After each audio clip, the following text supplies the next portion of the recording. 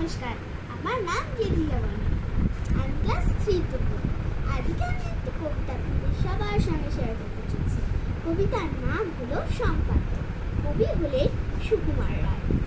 শুনতে পেলাম পোস্তা গিয়ে তোমার নাকি মেয়ের বিয়ে, গঙ্গারামকে পাত্র পেলে, জানতে চাও সে কেমন ছেলে?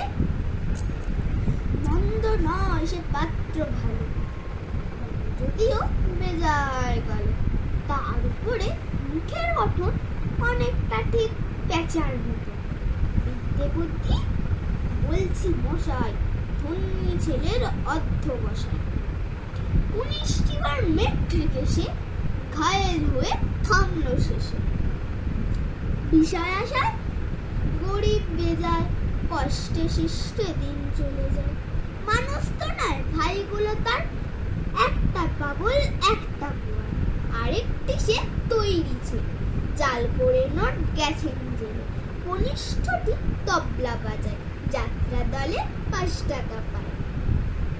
গঙ্গারাম তো কেবল তিলের জ্বর আর পাণ্ডুরোগে, কিন্তু তারা উচ্চ ঘর, কংসরাজের বংশধর।